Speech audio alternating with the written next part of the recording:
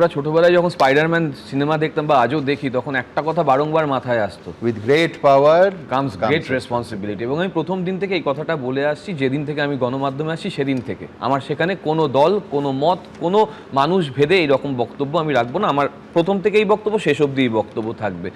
দেখো, যে চলে গেছে তার আত্মার শান্তি কামনা সত্যি করতে পারছি না, কিন্তু তার পরিবারের প্রতি সমবেদনা রইল, যেন দ্রুত ন্যায় বিচার পাওয়া যায়। আমি একে অপরাজিতা বলবো, কারণ আমরা অপরাজিতা বিল এনেছিলাম। আমি এই মেয়েটির নাম অপরাজিতা দিতে চাই, কারণ কোনো নাম কারুর করা যায় না, তাই মেয়েটির নাম অপরাজিতা হোক। এবং অপরাজিতা অপরাজেয় হোক। এই সরকার অনেক আশা নিয়ে এসছে। আমাদের কোনো নেতা মন্ত্রী এখনো পর্যন্ত, মন্ত্রী তো নেই, আর আমাদের যারা নেতারা আছেন কেউ কেউ বিরোধী নেতার মতন মন্ত্রিত্বের ভূমিকাও পালন করছেন হয়তো, তো তারা এখনো পর্যন্ত সরকারকে দায় করেনি, এই সরকারকে। কেন? কারণ আমরা প্রথম থেকে বলে আসছি, সদ্য সরকার ক্ষমতায় এসছে এবং 2 মাস হয়েছে সবে, আজকের দিনে 5 তারিখ 6 তারিখ, 2 মাস সবে ক্ষমতায় এসছে।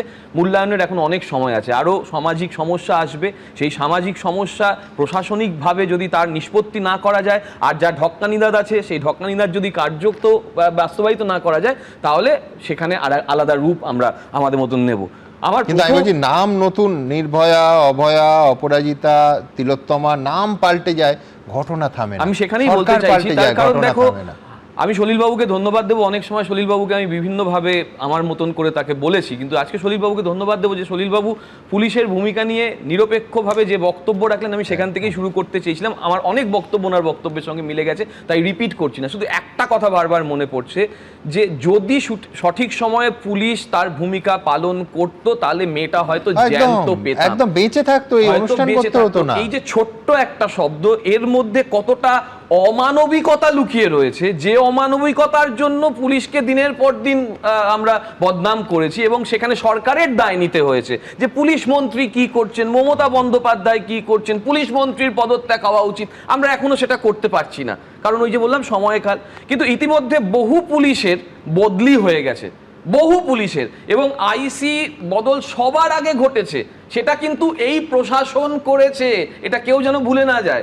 বর্তমান রাজ্য সরকার আইসিদের বদল করেছে ক্ষমতায় এসেই, এটা যেন কেউ ভুলে না যায়। কিন্তু তাহলে কি দাঁড়ালো?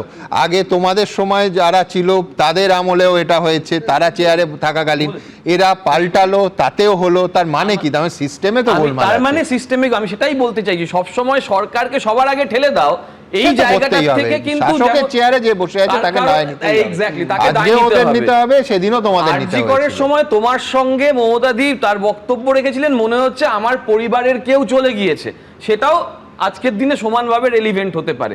কিন্তু আমার প্রশ্ন হচ্ছে মব লিঞ্চিং নিয়ে, এই যে গণপিটুনি, এই গণপিটুনি কত ভয়ানক হতে পারে। আজকে যে ছেলেটি চলে গেল, সে যদি নির্দোষ হয়, তার বাবা মার দুঃখ কে দেখবে? ঠিক, তার বাবা মার দুঃখ তার মানে কি, জনরোষে যখন একটা নাম হচ্ছে জনরোষ, ডিম্বাস্ত্র, তুমি ডেমোক্রেসি বলেছো, এবং এই যে ডেমোক্রেসির সময় রাজনৈতিক নেতারা, যেমন আজকেও দিলীপ ঘোষ বলেছেন যে ওখানে মমতা বন্দ্যোপাধ্যায়কে পাঠাবে, আমরা অ্যালাউ করিনি, তার কারণ ওনাকে ডিমের হাত থেকে বাঁচিয়েছি।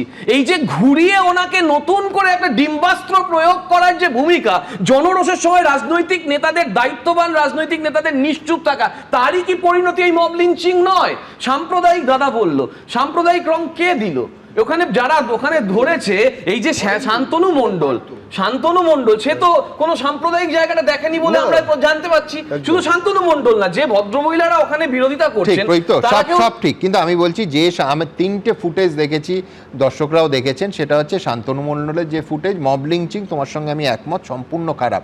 কিন্তু যে লোকটি অভিযুক্ত প্রত্যক্ষদর্শীকে ধরছে, আমি তাকে কালপ্রিট বানিয়ে দিলাম, এটাও খুব অন্যায়।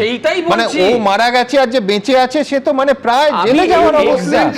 আমি তোমার সময় বলবে না, তোমার সময় তুমি বলো, আমি ঠিক সেখানেই বলছি যে এইটা কি সেই নীতিতে চলে এলাম আমরা নাকি, যে সকালে জমা বিকেলে খরচ, একদম ক্লাসিফাই এন্ড ক্রুসিফাই, সকালে জমা বিকেলে খরচ, এই ভাবনাটা যখন আমি ইনকালকেট করছি জনমানসে, তার উল্টা লটকাকে ঝুলায়েঙ্গে, এই মানসিকতা যখন আমি ঝোলাচ্ছি, তখন কিন্তু আমার ভেতরের যে একটা আত্মা, সেই আত্মা জাগ্রত হয়ে যাচ্ছে কিনা, সেটা কিন্তু ভয়ানক একটা রূপ ধারণ করতে। আমি শেষ করবো, এত তো সেই কারণেই তো গুন্ডা দমন আইন, সেটাই তো গুন্ডা দমন আইনটাকে তুমি কিভাবে ব্যাখ্যা করবে তার উপর নির্ভর করছে। ওই যে 1 বছর, আমি এবার দ্বিতীয় যেটা বলে শেষ করব, এত ভয় আজকে সরকার পরিবর্তন হয়েছে এবং সরকারের প্রতি, বিগত সরকারের প্রতি প্রচণ্ড অভিযোগ ছিল যে এরা আদালতে গিয়ে আমাদের সব মিটিং মিছিল করতে হচ্ছে।